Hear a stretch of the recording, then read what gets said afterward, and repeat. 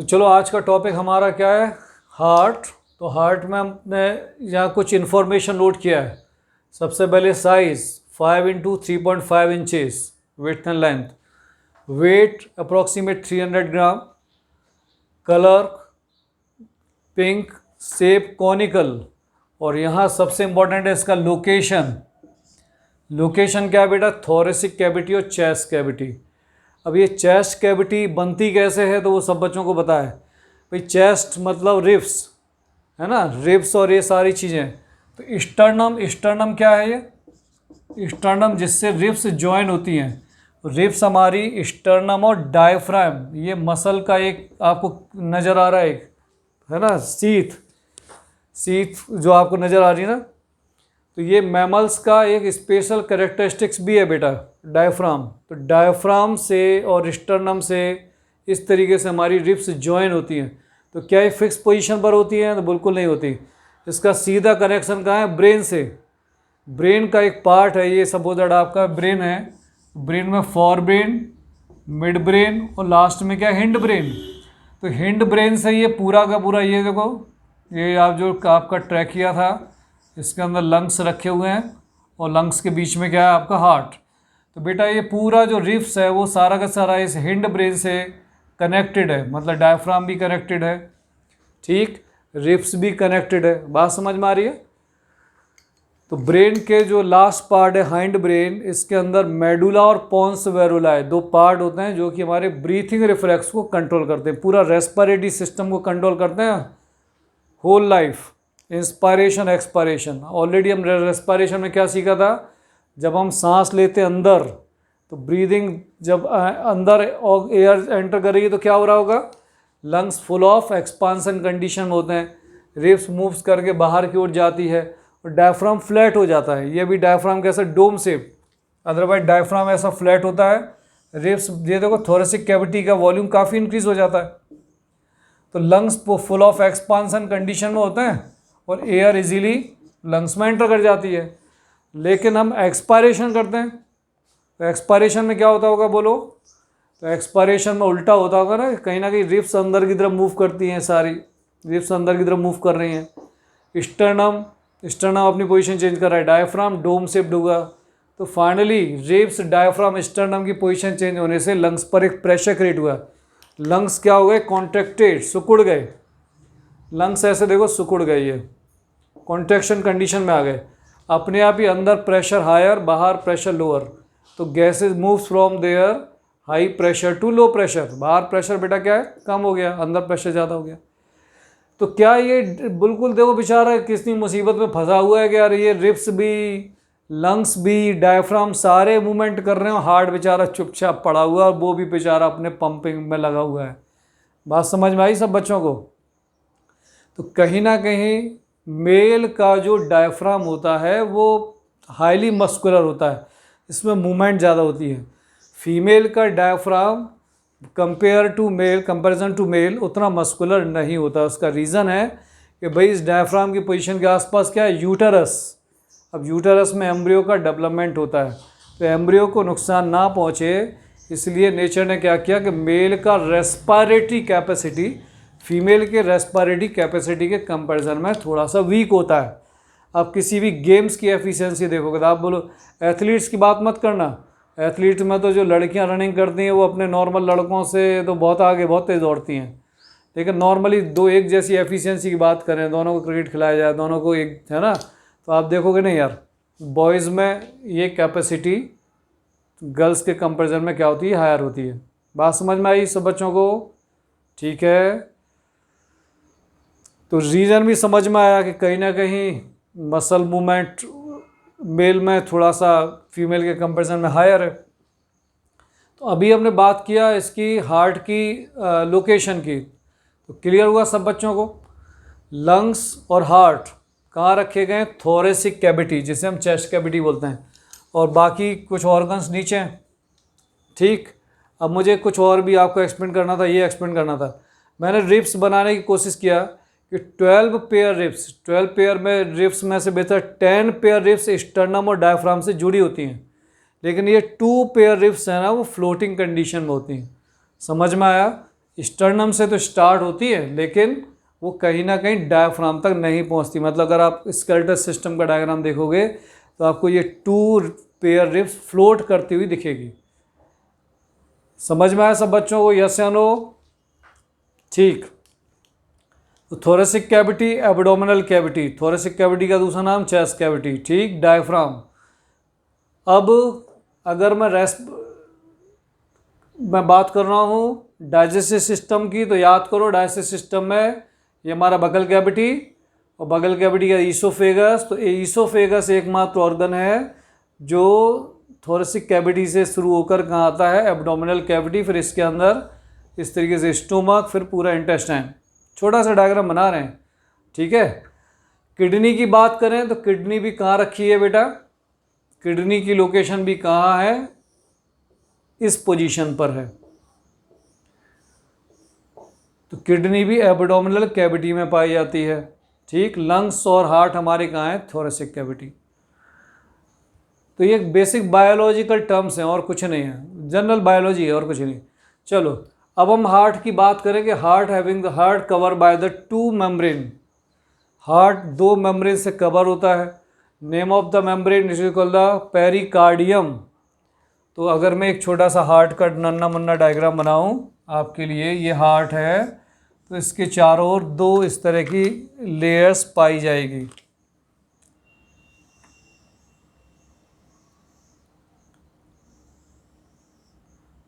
समझ में आया सब बच्चों को? और फिर कहीं ना कहीं एक और मेम्ब्रेन आ गई और बीच बीच में लिक्विड मटेरियल, ये देखो, दिस को द पेरिकार्डियल फ्लूइड। ये पेरिकार्डियल फ्लूइड यहाँ फिल्ड होता है। रीज़न इज़ दैट, बोलो क्या रीज़न है इसका? तो कहीं ना कहीं ये जो कैविटी है वो हार्ट को प्रोटेक्ट करती है। हार्ट कितनी जगह से प्रोटेक्ट हो गया? एक तो पूरा रिब्स का केज बन गया, ये प्रोटेक्शन हो रहा है ना। कुछ भी अगर हम पॉइंटर है, अब किसी को सीधा गन बुलेट मार दिया जाए तो मर ही जाएगा, वो बात अलग है। नॉर्मली अपन गेम्स खेलते हैं, कुछ भी पिन अप हुआ तो ना तो लंग्स तक पहुंच रहा है ना हार्ट तक पहुंच रहा है, क्योंकि ये बॉडी के हमारे टोटल वाइटल ऑर्गन्स हैं। इनकी डैमेज होने के बाद पर्सन की डेथ हो जाती है। ब्रेन, हार्ट, लंग्स, इनको प्रोटेक्ट होना चाहिए। फिर एक और सॉफ्ट ऑर्गन कौन सा हमारा? Spinal cord. तो नेचर ने देखिए अपने आप ही इनको 100% प्रोटेक्टेड फॉर्म में रखा है। तो name of the membrane, answer क्या है? पेरिकार्डियल मेम्ब्रेन, पेरिकार्डियल मेम्ब्रेन्स, ठीक है। और ये क्या है हमारा? Pericardial fluid, pericardial fluid.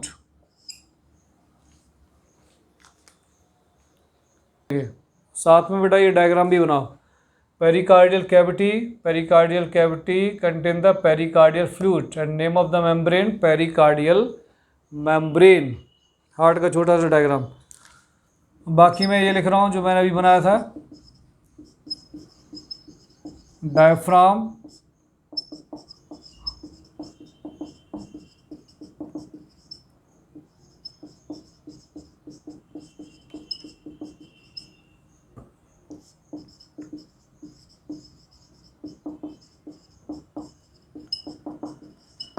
चलिए नोट करिए सारी चीज़ें।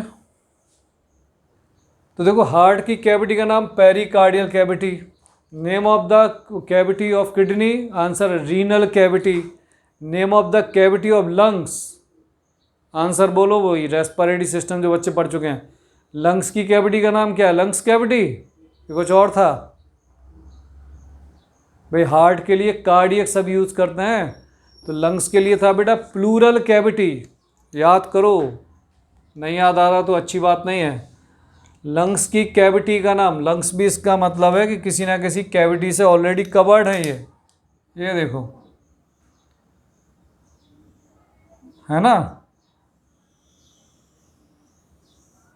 तो प्लूरल कैविटी और मेम्ब्रेन, जो ग्रीन कलर से मेम्ब्रेन है वो क्या है? प्लूरा या प्लूरल मेम्ब्रेन। प्लूरल मेम्ब्रेन मैं बोल रहा हूँ आपको, ऑलरेडी रेस्पिरेटरी सिस्टम का डायग्राम देखो मिल जाएगा।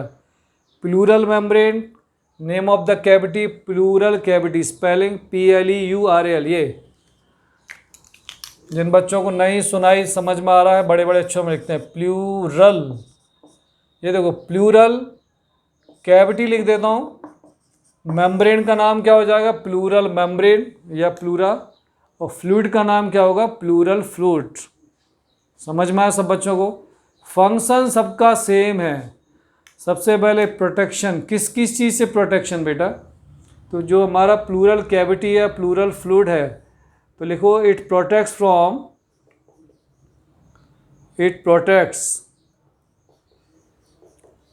फ्रॉम, ये जो प्लूरल फ्लूइड है वो किस किस चीज़ से प्रोटेक्ट कर रहा है, मतलब जो कैविटी है, तो पहला तो देखो इंजूरी चोट लगने से बचाता है। सेकंड ड्राइनेस, और थर्ड क्या लिखोगे, जर्म्स मतलब बैक्टीरिया एंड वायरस। तो जनरली ये तीन चीज़ें, तीनों क्या, इंजूरी, ड्राइनेस मतलब पूरे का लिक्विड बना के रखता है, और तीसरा क्या है, germs means bacteria and virus. एक जनरलाइज करके नोट कर लीजिए। क्लियर हुआ सब बच्चों को? मतलब सिंपल सी बात है, अगर आपका घर है जिसमें आप लोग रह रहे हो, अगर उसके आगे एक आपने कुछ ऐसा कैविटी बना लिया, होता ना, देखा होगा कई मूवीज़ में जो डॉन होता है वो ऐसे नहीं रहता किसी भी कॉलोनी में घर बना के, तो कोई भी जाके ठोक जाएगा उसको। वो बेसिकली उसका घर क्या होगा, उसके चारों वो खाई वाई गड्ढे बना के पूरा रखेगा, उसे पुलिस लगी होगी, पुलिस नहीं लगी होगी, मतलब जो भी उसके बंदे होंगे, मतलब उससे तैर के पार करके पहले यहाँ तक पहुँचो तब तो वो पकड़ में आएगा। ठीक वही कहानी है, हार्ट को नुकसान पहुँचाने से पहले मेम्ब्रेन पर प्रेशर, मेम्ब्रेन झेल जाएगी, फिर फ्लूइड, कोई बैक्टीरिया वायरस आ गया तो यहाँ तो केमिकल्स हैं, बेचारा ये रास्ते में शहीद हो जाएगा। क्लियर हुआ ना सब बच्चों को? ठीक है, तो आसानी से इन्फेक्टेड नहीं कर पाएंगे, लेकिन फिर भी इन्फेक्टेड हो जाते हैं हमारे। क्यों? क्योंकि अल्टीमेटली हार्ट के लिए ब्लड सप्लाई होगी, हार्ट पूरी बॉडी के ऑर्गन्स को ब्लड सप्लाई करता है, तो क्या हार्ट की सेल्स को भी ब्लड की रिक्वायरमेंट है या नहीं? बोलो आप, क्या आंसर है आपका? तो हमने पता है कि हार्ट क्या कर रहा है, circulate blood in whole body, लेकिन तो बिल्कुल भाई हार्ट भी तो हमारा एक टिश्यू है, छोटी छोटी सेल से मिलकर बना है। बात समझ में आई है? तो बेटा कोरोनरी आर्टरी, कोरोनरी वीन्स, तो coronary artery supply pure blood to the cells of heart. ठीक, हाँ, एओर्टा आर्टरी जो दूसरी हैं वो पूरी बॉडी को सप्लाई कर रहे हैं, लेकिन इनकी खुद की सेल्स को भी रिक्वायरमेंट है। जैसे किडनी के लिए रीनल आर्टरी, लीवर के लिए लीवर को आर्टरी जो ब्लड सप्लाई करती है, name of the artery, answer hepatic. मैंने पहले भी बायोलॉजी पढ़ाते समय कई बार बोला है, कुछ टर्म्स हमें आना चाहिए। लीवर के लिए hepatic, hepatitis, swelling in liver. Hepatitis सुनते हो पता नहीं सोचता क्या है, कुछ नहीं है भाई, लीवर में सूजन आना, हेपेटाइटिस। हेपेटाइटिस एक तरह का देखना शायद वायरल इन्फेक्शन, वायरल बैक्टीरिया क्या है। बात समझ में आ रही? आइटिस जब भी आता है स्वेलिंग, स्टोमेटाइटिस छाले हो जाना, वो स्वेलिंग नहीं है। Gastritis inflammation in stomach. चलो हम लौट के आ जाए सब्जेक्ट पर, यहाँ तक पहुँच गए, अब देखते हैं इसके आगे की कहानी। अब हार्ट के हम इंटरनल स्ट्रक्चर की बात करते हैं।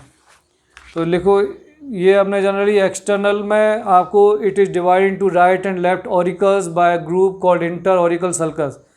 ये एक्सटर्नल स्ट्रक्चर हार्ट मेरे पास नोटेड है, the group which divide the two ventricles is terms है द इंटरवेंट्रिकुलर सल्कस। कहने का मतलब है हार्ट को एक्सटर्नली भी देखोगे तो वो कहीं ना कहीं ऑरिकल्स और वेंट्रिकल्स में डिवाइड दिखते हैं। तो यहाँ क्या नोटेड है, एक्सटर्नल स्ट्रक्चर। क्लियर हुआ बात? बाहर से बस ग्रुप नजर आएंगे, ग्रुप मतलब एक कैविटी टाइप कुछ नजर आएगा कि नहीं यार ये डिवाइड हो रहे हैं ऐसे ऊपर से, है ना, दिस का सल्कस। सल्कस मतलब कैविटी। ये बाहर से देखने पर भी हार्ट हमारा 4 चैम्बर में डिवाइड होते हुए दिखाई देता है। चलिए अब लिखो स्ट्रक्चर ऑफ हार्ट। अब इंटरनल एक्सटर्नल नहीं लिख रहे हैं, मैं आपको डायरेक्टली नोट करा रहा हूँ। स्ट्रक्चर हार्ट के इंटरनल और एक्सटर्नल स्ट्रक्चर की हम बात करते हैं।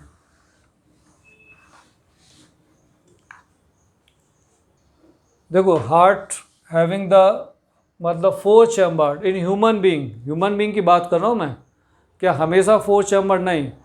अगर मैं बात करूँगा एम्फीऑक्सिस 1 chambered, class species fishes 2 chambered. Note करना है तो बता देना, मैं लिखा दूंगा। फ्रॉग में, एम्फीबियंस में 3 चैम्बर्ड, रेप्टिलिया में इनकम्प्लीट 4 चैम्बर्ड, और रेप्टिलिया का एक एक्सेप्शनल केस क्या, crocodile having the complete 4 chamber heart. और एप्स एंड मैमल्स मतलब बर्ड्स और mammals having the complete 4 chamber heart. Clear सब बच्चों को? तो ये जो एक जनरल क्लासिफिकेशन में जो बोलता रहता हूँ, आप बोलेंगे तुम हार्ट के क्लासिक वो अपना हार्ट का एवोल्यूशन कैसे हुआ, हार्ट का किस तरीके से ये डेवलपमेंट हम पढ़ते आ रहे हैं वो देख लेंगे। 9th क्लास डाइवर्सिटी में था, लेकिन लास्ट ईयर पढ़ने को मिला नहीं आपको। अभी देखो, राइट ए इस तरीके लिखते हो ना आप लोग, left A, right V, left V. A और वी क्या है? तो ए फॉर क्या यूज़ करते हैं, ऑरिकल, और इसका दूसरा नाम है एट्रियम। हिंदी में आलिंद। We for ventricle,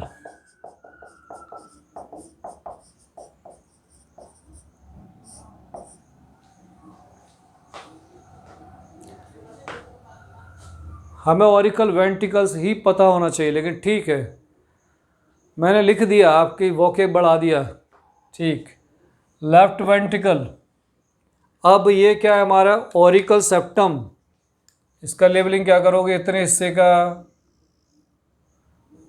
this is called the auricular septum. Auricular septum, SEPTUM septum, और ऑरिक्यूलर को एट्रियम भी बोलते हैं ना। और ये क्या हमारा इतना हिस्सा यहाँ से यहाँ तक ventricular septum. Ventricular septum, septum मतलब पर्दा। सेप्टम कुछ डेंजरस चीज़ नहीं है, पर्दा, सिंपल सी बात है। घर में जो पर्दा लगाते हैं उसको आप कर्टेंस बोलते हो। लेकिन एक्सटर्नल नॉस्ट्रिल्स, अंदर इंटरनल नॉस्ट्रिल्स, बीच में नेजल सेप्टम, ये नेजल सेप्टम है ना, नाक का ये बीच में डिवाइड करने वाली ये। अब दोनों को एक साथ भी कुछ बोलते हैं, दोनों को हम एक साथ कंबाइनली कॉल क्या करेंगे, ऑरिक्यूलो वेंट्रिकुलर सेप्टम। अब वो कैसे लिखूँ मैं, both are commonly called auriculo ventricular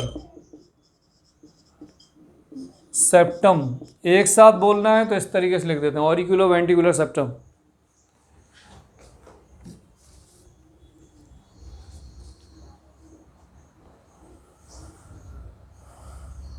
inter auricular septum, इसमें इंटर टर्म और जोड़ो, inter auricular septum, inter ventricular septum. और अगर आपको या तो ऑरिक्यूलो वेंट्रिकुलर सेप्टम लिखो, नहीं तो इंटर ऑरिक्यूलर एंड वेंट्रिकुलर सेप्टम भी लिख सकते हो। इस तरीके लिख सकते हो आप, इंटर ऑरिक्यूलर वेंट्रिकुलर सेप्टम एक साथ। अब ये बात हो रही है यहाँ से लेकर इस पोजीशन से लेकर इस पोजीशन तक की। देखो जितना बेटा 10th क्लास के सिलेबस में हम उतना नोट करेंगे, otherwise Cardi, tendineae, papillary muscles और भी बहुत सारे इसके अंदर छोटे छोटे टर्म्स आते हैं, तो रिक्वायरमेंट अभी नहीं है। यहाँ तक नोट कर लिए सब बच्चों ने? ओके। अब heart having the pace maker, heart में एक पेस मेकर होता है। पेस मेकर मतलब it produce heart beat, sino auricular node. फिर एक पेस मेकर होता है इसमें रेबियर नोट, ऑरिक्यूलर वेंट्रिकुलर नोट। तो एक काम करते हैं, पेस मेकर की बात भी करते हैं।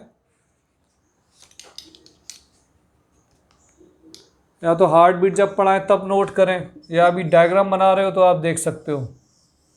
ये हमारा जो हार्ट है, ठीक है, एक सिंपल 4 चैम्बर बना रहे हैं। इस पोजीशन पर एक नोड बनाओ, ऐसे बना देते हैं। This is called the SAN, है ना। इसका नाम क्या है? साइनो ऑरिक्यूलर, ऑरिक्यूलर नोट, और इसको लिख सकते हैं साइनो एट्रियम नोट।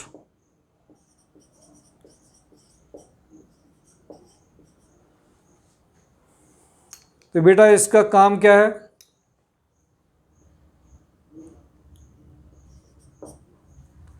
इसे लिखिए पेस मेकर। 1 मार्क्स में स्कूल एग्जाम में आ सकता है। ऑब्जेक्टिव टाइप में आएगा कि which part of heart is called the pace maker. SAN, pace maker. तो पेस मेकर का बेटा क्या फंक्शन होना चाहिए? It produce heart beat. Pace maker लिखो, produce heart beat, produce heart beat. और हार्ट बीट हमारी कितनी है? 72 टाइम पर मिनट, 72 टाइम पर मिनट हार्ट बीट। बाकी ऑरिक्यूलर ये अपना एवियन नोट भी होता है। एवियन नोट लगभग 60 पर मिनट। देखिए ये इंपॉर्टेंट है आपके लिए। अब कई बच्चों ने बिल्कुल ये सुना होगा कि साइनाइड को जीभ पर रखते ही डेथ हो जाती है। सुना है कि नहीं सुना है? कुछ पॉइज़न ऐसे हैं जिनका टेस्ट भी नहीं वो लोग बता पाते, मतलब टंग पे रखा और वो इतना तेज़ी से अटैक करते हैं कि भाई उसको कैसा है वो फील कैसे बताओगे। तो कहीं ना कहीं वो हमारे इस तरीके से, भाई दो चीज़ें, या तो वो हार्ट पर काम करना चाहिए, ब्रेन पर काम करना चाहिए। तो कुछ पॉइज़न ऐसे हैं जो सीधा इसको अटैक करते हैं, SAN को कोलैप्स करते हैं। जब SAN का कोलैप्स होगा तो फाइनली इस पर्सन की क्या हो जाएगी? डेथ हो जाएगी। समझ में आया सब बच्चों को? ठीक है। हार्ट डेथ ही देखा जी। नहीं, नोड तो मतलब एक केवल एक कैविटी, तो मतलब पूरा एक हिस्सा है। नोट मतलब कोई भी चीज़ अटैच्ड है जो, ठीक है। अच्छा एक और होता है यहाँ वॉल्व भी होता है, ये इस तरीके से ओपन, एक फोरामेन भी होता है जो एम्ब्रियोनिक कंडीशन में प्योर और इम्प्योर ब्लड दोनों मिक्स होते रहते हैं, ठीक है। और कभी कभी ये जो हार्ट का जो अपर्चर है ये बंद नहीं हो पाता। आपने बहुत सारे कंडीशन देखी, ब्लू बेबी सुना है? जैसे कुछ बच्चे पैदा होते हैं तो उनका ये फोरामेन जो है वो बंद नहीं होता, क्लोज नहीं होता। तो mixing of pure and impure blood, दोनों ब्लड मिक्स हो जाते रहते हैं। जब मिक्स होंगे तो जिस कलर की आपकी वीन्स दिखाई देती हैं, ग्रीनिश ब्लू, ठीक है, इसी तरीके का वो पूरा बेबी दिखाई देगा आपको। तो दिस को द ब्लू बेबी डिसीज, ठीक। अब ये अपर्चर क्यों होता है? क्यों? इसलिए रीज़न है कि लोअर एनिमल्स में भैया ये अपर्चर बाकायदा पाया जाता है। और हार्ट ने भी अपना क्या किया है? डेवलपमेंट किया है। पहले तो सिंगल चैम्बर हार्ट ही रहे होंगे, ऐसे कि बस एक चैम्बर एम्फिऑक्सिस, फिर 2 हिस्सों में डिवाइड हो गए 2 चैम्बर, फिर वो 3 एक सेप्टम आ गए बीच में, तो 1 2 3, फिर 4 चैम्बर इनकम्प्लीट, देन 4 चैम्बर। तो हार्ट का भी अपना डेवलपमेंट हुआ है। चलो यहाँ तक बच्चों ने नोट कर लिया? ठीक।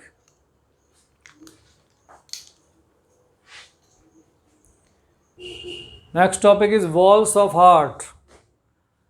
देखो भाई घर में तो नल में वॉल्व लगे रहते हैं, जैसे हम क्या करते हैं भाई ओपनिंग एंड क्लोजिंग हमारे कंट्रोल में होता है, पानी खोलना है नहीं खोलना है चलो बंद कर दिया। अदरवाइज वॉल्व ख़राब हो गए तो देखो फिर हालत ख़राब हो जाती है, पानी बहाया जा रहा है। तो हार्ट में भी वॉल्व है, हार्ट है ना। लास्ट क्लास में बात की थी कि वीन्स के अंदर सेमी ल्यूनर वॉल्व होते हैं पर आर्टरीज में वॉल्व नहीं होते, ठीक है। कुछ ऑर्गन्स में हमारे एनाटॉमिकल फिजियोलॉजिकल दोनों तरह के वॉल्व होते हैं, किसी में केवल फिजियोलॉजिकल वॉल्व होते हैं, मतलब एक्चुअल वॉल्व नहीं होते पर उनकी पोजीशन इस तरीके से होती है बेब्स लाइक अ वॉल्व, जो मैंने आपको एक्सप्लेन किया था। जैसे यूरिनरी ब्लैडर में यूरेटर ओवलिक ऐसे तिरछी होती है। स्टोमक के अंदर ईसोफेगस, तो जो ईसोफेगस अपना फूड पाए वो भी कैसा होता है? ओवलिक। भाई फूड तो एक बार एंटर करेगा लेकिन रिटर्न नहीं होगा। यहाँ एनाटॉमिकल वॉल्व, एनाटॉमिकल मतलब एक्चुअल वॉल्व होते हैं, इसने अपने आप को इस तरीके से बना लिया है। चलो अब हम बात करें हार्ट के वॉल्व की। तो 4 चैम्बर हार्ट, तो सबसे पहले मैं हार्ट के 4 चैम्बर बना दूं। ये देखो हमारा हार्ट इस तरीके से नहीं होता है होता है कि नहीं होता, ऐसा नहीं होता, लेकिन अभी 10th क्लास में मैं जो हार्ट के वॉल्स लिख रहा हूँ इनको अपन नंबरिंग कर लेते हैं। ठीक, ये 2 तरह के हमारे क्या हैं, कस्पिड वॉल्स हैं, और 2 हमारे क्या हैं, इसमें ल्यूनर वॉल्व हैं।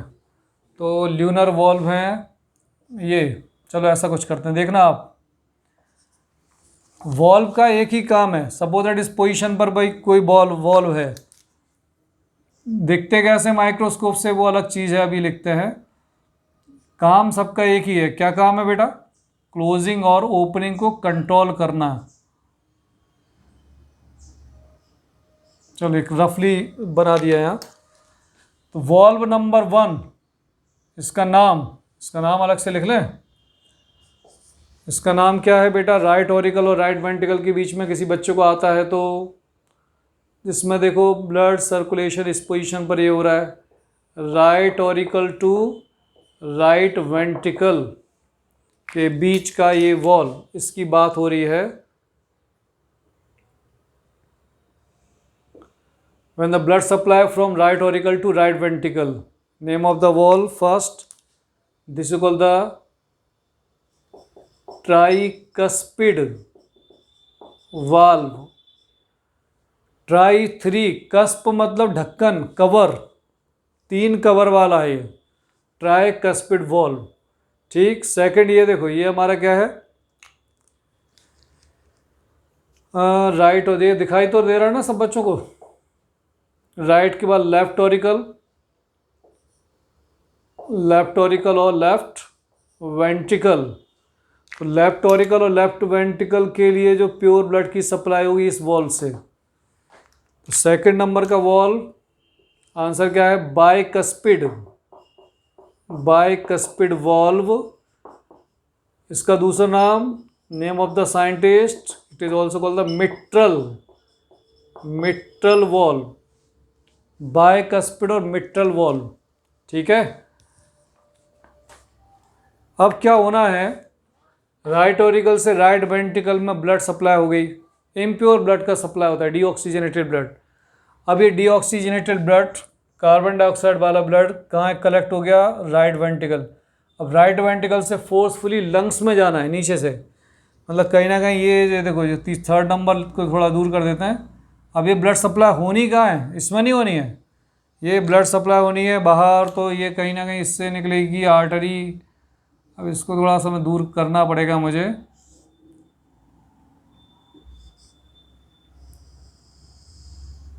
ठीक, इस पोजीशन पर बेटा ये वॉल्व है। अब नंबर डालते हैं इसका 3। इस 3rd नंबर को लिखो, जिसको मतलब pulmonary semi lunar valve. Pulmonary term use for lungs. Semi मतलब हाफ, ल्यूनर मतलब चंद्रमा, मून।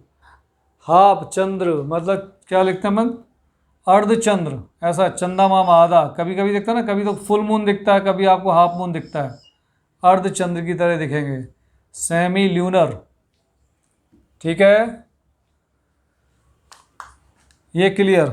अब यहाँ से ये जो आपको दिखाई दे रहा है 4th नंबर का वॉल्व, इसके लिए मुझे बनाना पड़ेगा, यहाँ से पहले इसको हटाता हूँ मैं, और इस पोजीशन से रिलीज होगा एओर्टा, ब्रॉड आर्टरी। तो बेटा इसके अंदर जो वॉल्व होंगे, ये name of the 4th valve answer क्या है? Aortic semi lunar valve. Aortic semi lunar valve. अब अलग अलग चीज़ों को सीखोगे ना तो हार्ट का जो एक कंबाइंड डायग्राम बनता है, फिर वो आपके लिए इजी हो जाएगा, अदरवाइज सब मिक्स हो जाता है। ठीक है, तो आपने अलग अलग सीखा। राइट ऑरिकल से राइट वेंट्रिकल के बीच में एक वॉल्व है, वो क्या है? Tricuspid valve. 3 इस तरीके से, कस्प मतलब 3 ढक्कन, है ना। सेकंड नंबर का left auricle to left ventricle जो वॉल्व है वो बाइकस्पिड और मिट्रल वॉल्व है। फिर थर्ड नंबर का जो वॉल्व है वो पल्मोनरी सेमी ल्यूनर वॉल्व है, अर्धचंद्र की तरह देखते हैं। पल्मोनरी मतलब राइट वेंट्रिकल टू लंग्स, ये कहाँ जा रही है? लंग्स के लिए जा रही हैं दोनों। ये जा रही होगी किसके लिए बोलो? ये जा रही होगी फॉर राइट लंग्स, ये जा रही है फॉर लेफ्ट लंग्स। लेफ्ट को LT लिखा है मैंने बस, लेफ्ट लंग। एओर्टा तो हमारा पूरी बॉडी में एंटर करने वाला है, आर्टरीज, ठीक।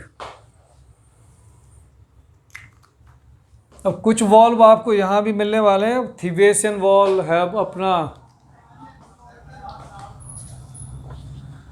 और भी देखो कंपटीशन विंडो फॉर NTSC के नाम से यहाँ नोटेड है। Haversian valve, Eustachian valve, Thebesian valve, columnae carneae, papillary muscle, chordae tendineae, पर ये 10th क्लास के स्कूल एग्जाम में नहीं आएंगे। तो Haversian walls present on the opening of superior vena cava. मैं आपको बता देता हूँ बस, सुपीरियर मतलब अपर पोजीशन पर ये बेटा इम्प्योर ब्लड, जैसे एओर्टा ये जा रही है पूरी बॉडी को सप्लाई करेगी, इसी तरीके से हमारी जो एक ब्रॉड वीन है, सुपीरियर पोजीशन, ये सुपीरियर कहीं भी बना देते हैं समझाने के लिए, ये सुपीरियर पोजीशन, ठीक। इन्फीरियर पोजीशन ये होता है, inferior position, blood supply inferior position पर हो रही है। ये क्या हो गया हमारा? Superior vena cava, inferior vena cava, inferior vena cava. Heart के इस डायग्राम में नहीं बनाना तो अलग से बनाएंगे फिर, ठीक है।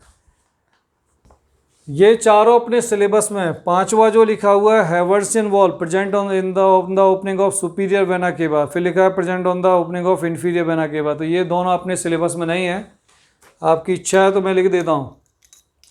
तो 5th और 6th अगर लिखते हो तो इसमें लिखना नॉट इन NCERT, गलत नहीं है, NCERT में नहीं है, ये लिखना नॉट इन NCERT। एक और कौन सा है? हैवर्सियन वॉल, लास्ट वाले को यूस्टेकियन। इनकी लोकेशन नंबर डालते हैं इनके लिए। चलो हैवर्सियन 5वें नंबर का ये वॉल बना देते हैं 5वें नंबर का, और ये अपना वॉल बना देते हैं 6 नंबर का। स्कूल एग्ज़ाम में नहीं आएंगे। तो हैवर्सियन वॉल किसको फॉलो कर रहा है, मतलब किसको ओपनिंग क्लोजिंग में कंट्रोल कर रहा है? Superior vena cava, inferior vena cava, Eustachian wall. Note कीजिए। तो चलिए बेटा, हार्ट में ये वॉल्व्स आप जो मैंने अभी एक्सप्लेन किया है, एक बार मैं फिर से बता रहा हूँ। राइट ऑरिकल और राइट वेंट्रिकल के बीच में वॉल्व, बेटा क्या आंसर? Tricuspid valve. अब कंफ्यूज मत होना, बिल्कुल याद रखना 100%, अदरवाइज बाइकस्पिड, ट्राइकस्पिड। तो आंसर क्या? लेफ्ट ऑरिकल और लेफ्ट वेंट्रिकल के बीच में जो कंट्रोल करने के लिए वॉल्व है। लेफ्ट ऑरिकल क्या कर रही है? Collect pure blood. हार्ट का सबसे पहले लंग से प्योर ब्लड कलेक्शन का होता है left auricle. Impure blood means deoxygenated blood, तो deoxygenated blood collect in right auricle. लिखो impure blood, impure blood, pure blood अभी आगे नोट करेंगे। इम्प्योर ब्लड, इम्प्योर मतलब डीऑक्सीजनेटेड, प्योर मीन्स ऑक्सीजनेटेड, ये डीऑक्सीजनेटेड ब्लड मतलब carbon dioxide rich blood, oxygen की amount कम। प्योर ब्लड मतलब ऑक्सीजनेटेड ब्लड, ऑक्सीजनेटेड ब्लड मतलब ऑक्सीजन रिच ब्लड, ऑक्सीजन की अमाउंट ज़्यादा है बेटा। हीमोग्लोबिन तो ऑक्सीजन से भी अटैच होता है, कार्बन डाइऑक्साइड से भी अटैच होता है, पर लंग्स से आ रहे हैं ना। हाँ, जब इतनी बात हुई है तो एक छोटी सी बात और, क्या इस पोजीशन पर भी तो होगी हमारी वेन्स बेटा।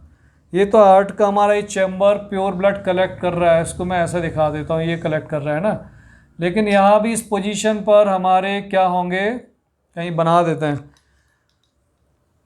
देखो ये आर्टरीज़ ने भी अपना पल्मोनरी आर्टरीज़ ने क्या किया, हार्ट से लंग्स तक ब्लड सप्लाई किया, और इस पोजीशन पर होगी पल्मोनरी वीन्स। अब ये पल्मोनरी वीन्स क्या लेके जाएगी, बस छोटा सा बना दो, अभी जगह है नहीं, जगह नहीं है तो मजबूरी है, मैं ऐसा बना रहा हूँ। एरो ये कहाँ जाएगा, एक एरो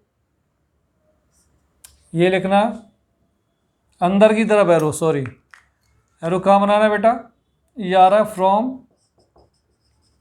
राइट लंग्स, और ये आएगा फ्रॉम, भाई यहाँ नहीं होना चाहिए, इसको जाना चाहिए अंदर, लंग्स इधर होंगे ना इस पोजीशन पर डायग्राम पूरा डिस्टर्ब हो जाएगा। फ्रॉम लेफ्ट लंग्स, तो ये ग्रीन कलर से जो शो किया है वो हमारी पल्मोनरी वीन है, ठीक है। वो मैं अगली क्लास में प्रॉपर एक बार केवल आर्टरी वीन से दिखाऊंगा, तब आपको समझ में आएगा। देखो मैंने इसको रेड कलर से शो किया है, छोटा सा लिखना और नन्ना मुन्ना तो लिख सकते हो, इसको ऐसे कर दो P.A कर दो बस, पल्मोनरी आर्टरी। इस ग्रीन वाले को नोट कर दो, क्या प्योर ब्लड के लिए अपने पास जगह बेचारी दिख नहीं रही है, यहाँ लिख देता है। ग्रीन वाले को बस नोट कर दें P.V, पल्मोनरी वीन।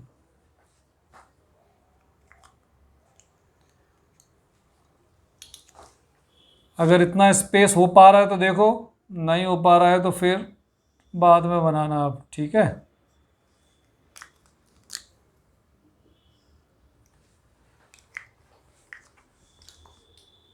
आज की क्लास यहीं फिनिश कर रहा हूँ मैं, मिलते हैं नेक्स्ट क्लास में, वर्किंग ऑफ द हार्ट, ठीक है, ओके।